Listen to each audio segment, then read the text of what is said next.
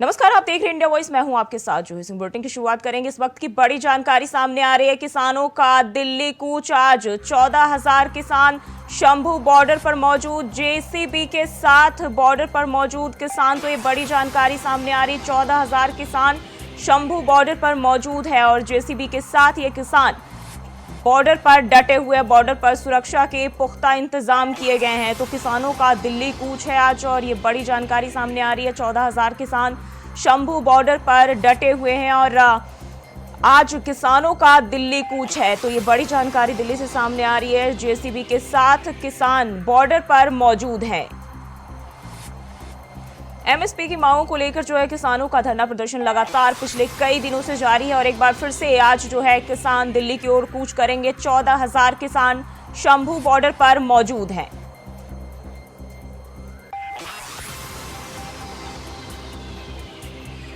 और इसी खबर पर ज्यादा जानकारी के साथ राकेश छाबरा चंडीगढ़ से हमारे साथ जुड़े। राकेश, क्या हालात है अभी फिलहाल बॉर्डर्स की? किसानों की बात करें वहां तो किस तरह के माहौल देखे जा रहे हैं? जी बिल्कुल, आपको बता दें कि जैसे कि कल से ही किसानों की तरफ से, किसान मजदूर की तरफ से ऐलान कर दिया गया था। तो आपको बता दें कि कल हरियाणा डीजीपी ने पंजाब के डीजीपी को एक पत्र लिखा है जिसमें एक वीडियो वायरल हुई है जिसमें एक हैवी मशीन जो कि अमेरिका से लाई गई है, उसके बैरिकेड को तोड़ने के लिए, सीमेंट की दीवारों को तोड़ने के लिए वो मशीन लाई गई है। और दूसरी तरफ किसानों ने ये कहा था कि कोई भी बैरिकेड हमें नहीं रोक सकता। तो इसको देखते हुए जैसे ही ये तस्वीरें सामने आई तो हरियाणा के डीजीपी ने एक पंजाबी डीजीपी को पत्र लिखा कि आप अपने किसानों को थोड़ा पीछे करिए और इनको अपील करिए कि अपने ट्रैक्टर ट्रॉली वापस ले जाएं और टुकड़े में जो है वो अपना प्रोटेस्ट करें। तो इस चीज को लेकर कहीं ना कहीं पंजाब सरकार ने कल रात को भी इस पे अमल किया और किसानों से अपील की। उसके बाद आधी रात को किसानों की तरफ से मिट्टी की ट्रालियां भरकर वहाँ पे लाई गई, जैसे कि एक युद्ध की तैयारी हो। क्योंकि अगर देखा जाए तो एक तरफ जो है 7 लेयर की जो सिक्योरिटी है वो की गई है, तो दूसरी तरफ जो बड़ी मशीनें लाकर किसानों ने वहाँ पे रखी है। तो कहीं ना कहीं ये एक एहसास दिलाता है कि कहीं ना कहीं युद्ध की तैयारी है। तो वैसे तो किसानों जो किसान आगू है और किसान है उन्होंने अपनी तरफ से शांतिपूर्वक करने की अपील की है। और आपको बता दें कि रात को अर्जुन मुंडा जो खेती बाड़ी मंत्री हैं, केंद्रीय मंत्री हैं, उनकी तरफ से भी अपील की गई है कि वैसे तो कुछ मसलों पे हमारी जो एग्री हो गए थे, लेकिन एक दो मांगे थी जिसके ऊपर हमारी सहमति नहीं हो सकी। फिर भी हम अपील करेंगे कि शांतिपूर्वक ये काम किया जाए। जी राकेश, पूरी तरह से देख सकते हैं कि किसान जो है पीछे हटने को तैयार नहीं है। लगातार 14,000 यानी कि बड़ी तादाद में जो है किसान शंभू बॉर्डर पर मौजूद है अपनी मांगों को लेकर। जी बिल्कुल, इसमें कोई शक नहीं है। क्योंकि अगर देखिए, अगर कोई भी ऐसी हरकत होती है, वैसे तो जो किसान आगे उन्होंने ये बताया कि हमने अपने नौजवानों को भी यही अपील की है कि कोई ऐसी हरकत ना करें कि बाद में हमें पछताना पड़े। लेकिन दूसरी तरफ पंजाब सरकार ने भी अपील की है कि शांतिपूर्वक ढंग से अपना प्रोटेस्ट करे, कोई भी ऐसा काम ना करे कि बाद में उसका खामियाजा हमें भुगतना पड़े। तो कहीं ना कहीं ये जो तस्वीरें और सोच है बड़ी खतरनाक दिखाई दे रही है। पर लेकिन दूसरी तरफ अपनी तरफ जो अपील की जा रही है, अभी आने वाली तस्वीरें बताएंगी कि मंजर कैसा होगा। जी, और बताया जा रहा है कि जेसीबी के साथ ये तमाम किसान जो है डटे हुए यानी कि पूरी तैयारी के साथ जो है अपनी मांगों को लेकर अड़े हुए हैं। जी जी बिल्कुल, इसमें कोई शक नहीं। क्योंकि कल से ही जो किसान आगू हैं बार बार प्रेस कॉन्फ्रेंस कर रहे थे, बार बार केंद्र सरकार को अपील कर रहे थे कि हम दिल्ली को कूच करेंगे और दिल्ली कूच करने के लिए सिक्योरिटी रुकेगी। अगर सिक्योरिटी रुकती है तो जबरदस्ती होगी, जबरदस्ती में नुकसान होगा। तो कहीं ना कहीं अगर देखा जाए, अगर पुलिस वालों को नुकसान होता है या किसानों को नुकसान होता है तो दोनों तरफ में नुकसान हमारा ही होगा। तो इसमें कितनी जाने जाएंगी अभी ये भी नहीं कहा जा सकता। क्योंकि अगर बात करें, शंभू बॉर्डर है, खनौरी बॉर्डर है और जैसे हरियाणा बॉर्डर है, क्योंकि एक तरफ हरियाणा किसानों ने भी तैयारी कर रखी है। तो कहीं ना कहीं अगर देखें तो युद्ध की बड़े लेवल पे तैयारी है। पर हमारा जो चैनल है यही अपील करता है कि शांतिपूर्वक ढंग से ये प्रोटेस्ट करें, कोई भी ऐसा काम ना हो, कोई भी ऐसा शरारती अवसर बीच में हिस्सा ना ले कि जिससे कि हमारे देश के हालात और बिगड़े। क्योंकि कल भी एक जो वहाँ पे शरारती अवसर पकड़े गए, गाड़ी में झंडे लेके घूम रहे थे, किसान बनके, और किसानों ने काफी उनकी मारपीट करी है। तो ऐसी शरारती अंसरों से भी बचने की अपील की गई है। जी जी राकेश, पहले भी हमने देखा है कि किसान नेता सरवन सिंह पंडेर ने हमेशा जो है सरकार पर आरोप लगाया कि सरकार जो है शांतिपूर्वक प्रदर्शन नहीं करने देने, उन पर गोले बरसाए जा रहे हैं, उन्हें उकसाया जा रहा है। जी बिल्कुल, सरवन सिंह पंडेर यही कहते आ रहे हैं कि चाहे हमारे किसानों को उन्होंने अरेस्ट किया है, चाहे गोले दागे हैं, चाहे कुछ भी किया है, उसको लेकर कहीं ना कहीं अगर देखा जाए तो उन्होंने यही कहा कि उसके बावजूद भी हम बड़े शांतिपूर्वक ढंग से पिछले 4-5 दिनों से हम बॉर्डर पर बैठे हैं, कोई भी हमने नुकसान नहीं किया। जबकि जब उन्होंने मीटिंग करने की भी तैयारी की थी, तब भी उसके अगले दिन हमने शांतिपूर्वक वहां पे बैठ गए थे और खाने पीने का सामान भी हमारे पास था। लेकिन हरियाणा पुलिस की तरफ से जो गोलियां दागेगी, तो उसको लेकर कहीं ना कहीं ये कहा जा सकता है कि हरियाणा पुलिस के ऊपर इल्जाम लगाते हुए दिखाई दिए।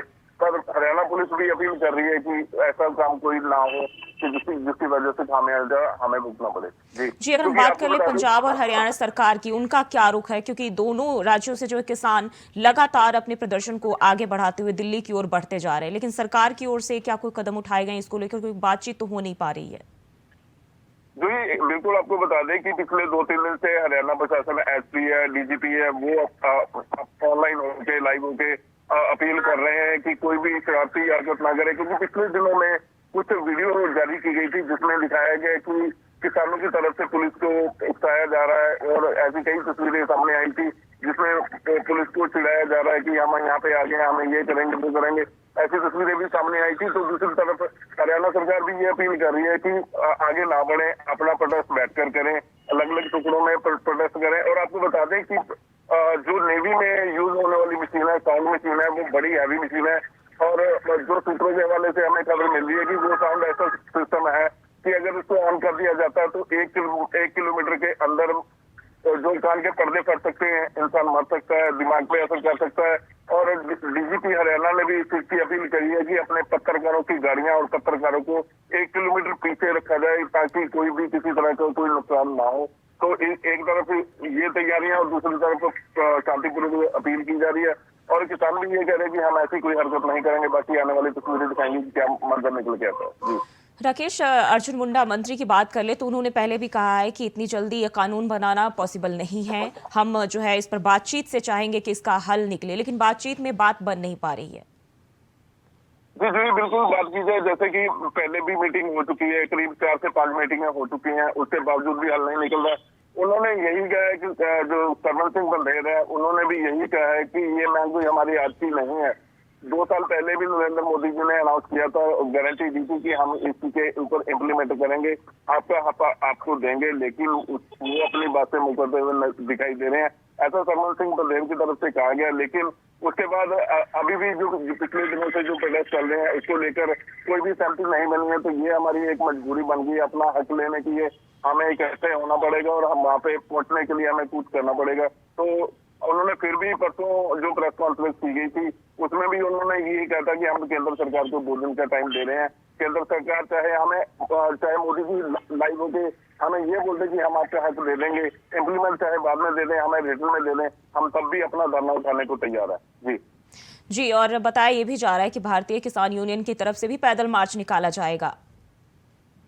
जी बिल्कुल, जैसे कि आप किसान जथेबंदियों में अलग अलग जथेबंदियां हैं, बीके उग्राह अलग अलग जथेबंदियां हैं, हर एक की तरफ से जो है इस चीज को लेकर तैयारियां की गई हैं।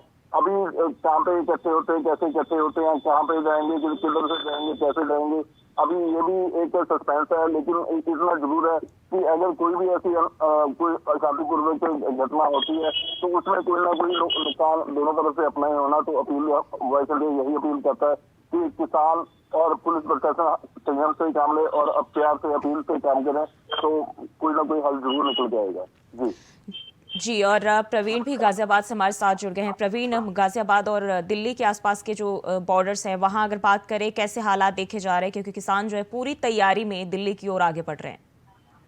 जी आपको बता दें, जो चौथे दौर की बैठक चंडीगढ़ में किसानों की सरकार के साथ हुई है, वो वार्ता पूरी तरीके से विफल हो गई है, जिसके बाद किसानों ने 21 फरवरी को 11 बजे दिल्ली कूच करने का उन्होंने ऐलान किया था, जिसके बाद से ही पुलिस भी अलर्ट मोड में दिखाई दे रही है। अगर बात करें हम गाजियाबाद की, तो गाजियाबाद में जो उत्तर प्रदेश की जो मुजफ्फरनगर जिला है, जो कि पश्चिमी उत्तर प्रदेश की राजधानी मानी जाती है किसानों की, वहाँ के राष्ट्रीय जो उसके प्रवक्ता है भारतीय किसान यूनियन के राकेश टिकैत ने कहा था, अगर सरकार किसानों की बात नहीं मानती है, पंजाब हरियाणा के किसान नहीं बल्कि पूरे देश का किसान इस आंदोलन में शामिल होगा और 21 फरवरी को सभी जो किसान है पश्चिम उत्तर प्रदेश के अपने जिलों के डीएम कार्यालय पे 11 बजे जाकर प्रदर्शन करेंगे, ट्रैक्टर मार्च निकालेंगे। उसके बाद के उनके ऐलान के बाद गाजियाबाद पुलिस लगातार सड़कों पर दिखाई देगी, बैरिकेटिंग करती दिखाई देगी, ताकि कोई किसान ट्रैक्टर लेकर जिला कलेक्टर पर पहुंचकर प्रदर्शन न कर सके। लेकिन किसान भी अपने उस पर अड़े हुए हैं कि हम लगातार प्रदर्शन करेंगे और अपने जो किसान भाई हैं हरियाणा पंजाब के शंभू बॉर्डर पर कहीं भी वो किसी तरीके से कोई भी अपनी मांगों को लेकर आंदोलन कर रहे हैं, उनकी मांगों के साथ हम पूरी तरीके से समर्थन करते हैं और आज सरकार को सांकेतिक जो धरना प्रदर्शन करके जिलाधिकारी के यहाँ ज्ञापन सौंपेंगे, ताकि सरकार की आंखें खुले और कान खुल जाए कि हमारे किसानों भाइयों के साथ किसी तरह का अत्याचार न हो और हमारी जो 13 मांग है उनको पूरी तरीके से सरकार स्वीकार करे और कानून गारंटी बना कर दे। जी राकेश, हम अगर बात कर ले तो हाल ही में जब किसान काफी उग्र थे और बैठकों के दौर से पहले उन्होंने साफ तौर पर कहा था कि ये आंदोलन रुकना नहीं चाहिए, जब तक हमारी मांगे नहीं मानी जाती है हम लगातार ऐसे ही ये प्रदर्शन जारी रखेंगे। जी बिल्कुल, इसमें कोई शक नहीं है कि पिछले दिनों से ही वो अपनी मांगों को लेकर पहले सड़कों पे उतरे, फिर उसके बाद बॉर्डर पे पहुंचे, बॉर्डर बंद कर दिए गए, 7 लेयर की सिक्योरिटी से रखी गई।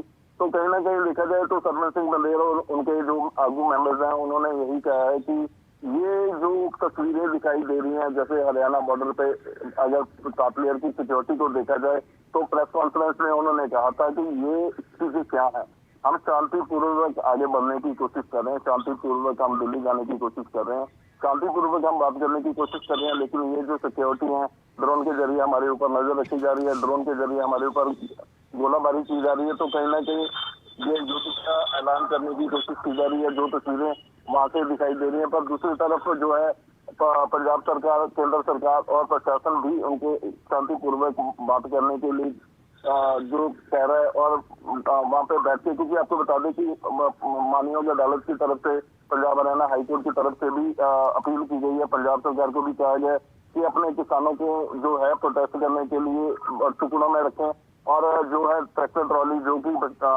इस आंदोलन में अलाउड नहीं है उसको भी वापस भेजा जाए। तो ऐसी कई चीजें हैं जो अदालत की तरफ से भी कही गई हैं कि अपने रूल के अंदर वो प्रोटेस्ट करें। तो कहीं ना कहीं देखा जाए प्रोटेस्ट को रोकने के लिए या उसको कम करने के लिए केंद्र सरकार, पंजाब सरकार भी तैयार है, लेकिन अभी ये बातें क्या निकल के आती हैं, क्या तस्वीरें होती हैं, ये तो आने वाली तस्वीरें बताएंगी, लेकिन अभी कोई चीज को सुनने के लिए तैयार नहीं है। जी प्रवीण, हम गाजीपुर बॉर्डर की बात कर लेते हैं, वहां जो भी किसान डटे हुए, क्योंकि ये भी काफी भारी तादाद में यहाँ भी किसानों ने प्रदर्शन किया है, जारी रखा है और पुलिस फोर्स की भी तैनाती की गई है। अभी अगर बात करें वहाँ क्या माहौल है, क्या जो है हालात वहाँ के देखने को मिल रहे हैं? जी आपको बताएं, दरअसल जो गाजीपुर जो दिल्ली यूपी से सटा जो गाजीपुर बॉर्डर पर है, उसे 13 फरवरी को जब किसानों ने जिद करी थी कि दिल्ली कूच करेंगे, उसके बाद ही एहतियातन गाजियाबाद पुलिस ने बैरिकेटिंग कर दी थी जगह जगह और दिल्ली पुलिस के सहयोग से जो गाजीपुर का बॉर्डर है उसके फ्लाईओवर के नीचे उन्होंने सीमेंटेड बैरियर लगा दिए थे। फिलहाल अगर बात की जाए तो जयसवाल उन्होंने ऐलान किया था कि 21 फरवरी को हम जिला कलेक्टर के यहाँ पर जाकर उनके ऑफिस से प्रदर्शन करेंगे। उसको देखते हुए जब किसान भारी संख्या में सुबह से उतरेंगे तो पुलिस ने एहतियातन जो दिल्ली गाजीपुर का बॉर्डर है या दादरा लोनी जितने भी दिल्ली गाजियाबाद से सटे बॉर्डर है वहाँ पुलिस की तैनाती करा दी गई है। जब पहले 1000 पुलिस कर्मियों से ज्यादा की संख्या बताई गई थी, लेकिन फिलहाल पुलिस ने 21 फरवरी के ऐलान के बाद, किसानों के ऐलान के बाद लगातार वहां पर जो पीएससी की जो संख्या है। जी प्रवीण, बहुत बहुत शुक्रिया आपका तमाम जानकारी के लिए और राकेश आपका भी बहुत बहुत शुक्रिया। और बात करेंगे खबरों की। सरकार और किसान के बीच हुई चौथे दौर की बातचीत के बाद सरकार के प्रस्ताव को ठुकरा दिया गया और इसके साथ ही किसानों ने एक बार फिर से दिल्ली कूच का आह्वान किया है। ऐसे में हम पहुंचे दिल्ली के टिकरी बॉर्डर से करीब 2.5 किलोमीटर दूर झज्जर में, जहां की सुरक्षा व्यवस्था में तैनात सुरक्षा जवान पूरी तरह से मुस्तैद दिखे।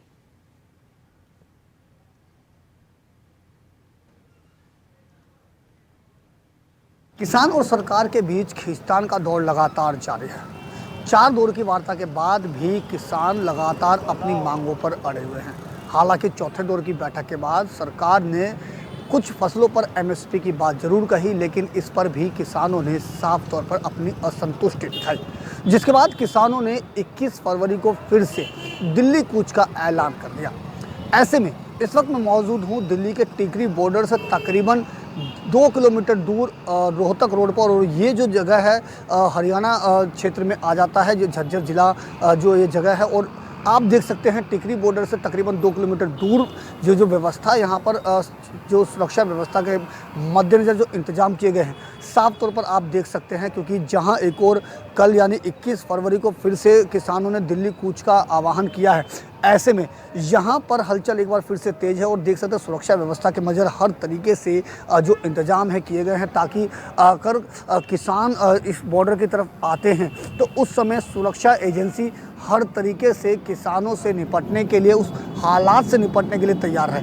निश्चित तौर पर कहा जा सकता है कि अगर किसान दिल्ली बॉर्डर में एंट्री करते हैं तो उससे पहले उन्हें ना केवल ये हरियाणा का ये जो बॉर्डर है ये पार करना पड़ेगा, उसके बाद टिकरी बॉर्डर का जो वहाँ पर जो बॉर्डर सील किया गया है, इन 2 लेयर को विशेष तौर पर किसानों को तोड़ना पड़ेगा, जिसके बाद ही वो दिल्ली में प्रवेश कर पाएंगे। ऐसे में देखना ये होगा कि जब 21 तारीख को अगर किसान अगर दिल्ली में प्रवेश करते हैं तो उस समय की स्थिति क्या होगी। हालांकि अगर हम बात करें तो हर तरीके से सुरक्षा के मद्देनज़र जो सुरक्षा एजेंसी है उन्होंने तमाम बॉर्डर को अपने कब्जे में ले रखा है, और हर स्थिति से निपटने के लिए सुरक्षा एजेंसियों की तैयारियां पुरजोर तरीके से यहाँ पर देखने को मिल रही है।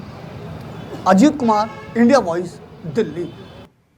वहीं अयोध्या में श्री रामलला के मंदिर के भव्य उद्घाटन के बाद से देश से लेकर विदेश तक के भक्त दर्शन के लिए अयोध्या कूच कर रहे हैं।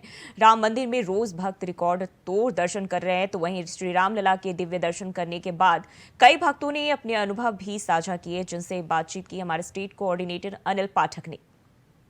इस वक्त हम धर्म की नगरी अयोध्या में हैं। हमारे साथ कुछ श्रद्धालु हैं जो दर्शन करने के लिए आए हुए हैं रामलला के। हम इनसे बातचीत करते हैं। क्या नाम है दादा आपका? ओंकार बख्शी। कैसा लगा अयोध्या, क्या बदलाव दिखा? बहुत सुंदर। हम 92 में आए थे और इस समय आए हैं। इस समय अयोध्या चमक रही है एकदम, बहुत टॉप क्लास की। और मंदिर दर्शन करने में थोड़ा कठिनाई अवश्य हुआ, लेकिन यह है कि बहुत बिंदास, बहुत बढ़िया दर्शन हुआ। कैसा लगा माता जी? बहुत अच्छा लगा, बहुत अच्छा लगा। हम तो पहली बार आए हैं, ये तो आए थे लेकिन हम नहीं आए थे। किसको धन्यवाद देंगे इसके लिए? मोदी को। मोदी योगी दोनों लोग हैं, बहुत सुंदर, बहुत अच्छा काम किए और बहुत अच्छा काम किए। पूरे भारत के जनमानस को भी हम धन्यवाद देंगे। उनके दबाव से ही ऐसा हुआ है ना, है कि नहीं? न ऐसा लोग लड़ते इस धर्म नगरी के लिए, ऐसा काम होता ना।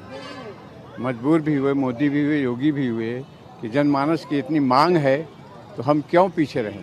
तो आगे आकर उन्होंने ऐसा काम किया है कि अमर हो गए, अमर हो गए, इतिहास में अमर हो गए उनका नाम। और क्या नाम है आपका? सर श्रुति पांडे। कैसा लगा अयोध्या आपको? अयोध्या काफ़ी नया लगा, बहुत हमेशा टीवी में देखने का मौका मिला था, टीवी में देखा था, पहली बार मौका मिला सामने से देखने का। ये एक अद्भुत और एकदम नया था, साफ़ सुथरा, बहुत ज़्यादा साफ था, उम्मीद नहीं था। तो ये बहुत अच्छा मेरा जर्नी गया यहाँ पर। रामलला कैसे लगे? रामलला वो वहाँ पर लगा कि भीड़ भाड़ बहुत थी, लेकिन मिलने पे ऐसा लगा कि इतना अच्छा था। वो जर्नी जो गया था, ट्रैवल जो हुआ ना, वो साकार हो गया वहाँ मिलने के बाद। वो काफ़ी सुंदर था। Thank you. क्या नाम है आपका? हरिओम त्यागी। त्यागी मैं मध्य प्रदेश के मुरैना ज़िले के जौरा तहसील का रहने वाला हूं, और आज मैंने राम मंदिर के रामलला के दर्शन किए। तो इतना अच्छा मैनेजमेंट है, इतने लोग आ रहे हैं, इतने व्यक्ति आ रहे हैं दर्शन करने के लिए, लेकिन जो मैनेजमेंट यहाँ का है, मैंने बहुत मंदिरों में घूमे हैं, सब जगह गए हैं, लेकिन जो मैनेजमेंट यहाँ का है, कतई परेशानी नहीं हो रही है आम लोगों को दर्शन करने में। अब बड़े आसानी से दर्शन हो रहे हैं रामलला के। और 70 साल से हम यही आशा कर रहे थे कि रामलला का मंदिर भव्य बने, और जो आज बन के तैयार हो गया, ये हमारे भाग्य हैं कि हमने रामलला के दर्शन किए। नहीं तो हमारे पुरखे और हमारे दादाजी सब स्वर्गवास हो गए यही सोच के कि रामलला का मंदिर बनेगा। लेकिन धन्य है मोदी और धन्य है योगी, जिन्होंने आज राम मंदिर का पुनर्निर्माण करके और उनको छत दी नई, और हम जियते जी अपन मोदी और योगी जी का दिल से समर्थन करते हैं और करते रहेंगे। Thank you, thank you. हमारे साथ कुछ राम भक्त हैं, इनसे हम बातचीत करते हैं। आखिर इनको ये भव्य और दिव्य अयोध्या कैसी लगी, इनके मन को कितना भाई? अयोध्या में भगवान राम के दर्शन करके मेरा मन गदगद हो गया। मैं जबलपुर एमपी से हूँ और यहाँ आकर मुझे बहुत शांति और बहुत मिला, बहुत अच्छा लगा। और मेरे परिवार के सभी लोगों को भी व्यवस्थाएं अच्छी हैं। बहुत अच्छा लगा।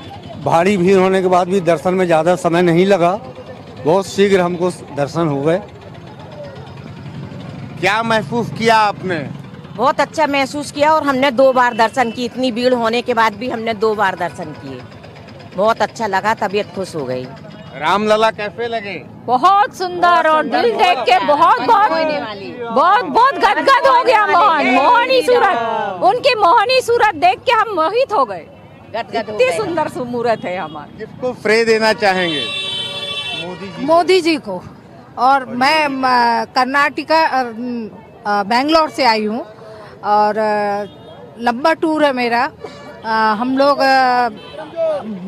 कलकत्ता गए, वहाँ पर हमने काली माँ देखी और वहाँ पर गए, गंगा सागर गए, उसके बाद पशुपतिनाथ गए और उसके बाद रामलला के दर्शन करने के लिए यहाँ पर आए। यहाँ हमें बहुत अच्छे से दर्शन मिले, मन बहुत प्रसन्न हुआ। मोदी जी को बहुत बहुत धन्यवाद। आपका क्या नाम है? मेरा नाम विक्रम श्रीवास्तव है। कहाँ से हैं आप? मैं नीदरलैंड हॉलैंड से आया हूँ। हॉलैंड से आए हैं? मैं हॉलैंड से आया हूँ। कैसे आना हो गया? बस मेरी वाइफ बस्ती की हैं, तो अयोध्या रीजन की ही हैं। जब भी राम जी बुला लें तभी आना हो जाएगा। तो मैं 4 महीने की बच्ची के साथ आया हूँ एक्चुअली। तो रामलला के दर्शन हो गए? रामलला के दर्शन हो गए। आप हॉलैंड में रहते हैं, क्या करते हैं? मैं वहाँ पे काम करता हूँ। काम करते हैं आप? कैसा लगा देख के अयोध्या? बहुत अच्छा लगा, बहुत सुंदर लगा। मैं यहाँ पे 2 बार और भी पहले आ चुका हूँ, जब राम जी टेंट में रहते थे। तो इस बार देखकर एकदम मंत्रमुग्ध हो गए मन। और मूर्ति बहुत ही सुंदर है, एकदम बहुत ही ज़्यादा स्माइलिंग फेस। मज़ा आ गया, मज़ा आ गया। किसको श्रेय देना चाहेंगे इसका? राम जी की भव्य मंदिर के लिए, उनके दर्शन के लिए? मैं सभी को श्रेय देना चाहूँगा जिसने भी इसमें योगदान दिया है। यहाँ के जो लोग रहने वाले हैं, मेरे को मालूम है बहुत कॉपरेशन होगा उनका, तभी इस स्थिति पे आ चुका है। और यहाँ की जो government of course, Yogi ji, Modi ji, सबको श्रेय देना चाहूँगा, क्योंकि सभी का हाथ है इसमें। जिसका भी, जिनका NGOs कितने होंगे हमें पता भी नहीं। अभी आज हमने निस्वार्थ उसमें चाय भी मिली, हमें खाना भी मिला। तो वो सब लोग लगे हुए हैं, निस्वार्थ भाव से अपना लगे हुए हैं। तो बहुत ही अच्छी चीज़ है देखने में। तो बहुत बहुत धन्यवाद। और फिलहाल के लिए बुलेटिन में बस इतना ही। खबरों के लिए बने रहे इंडिया वॉइस के साथ।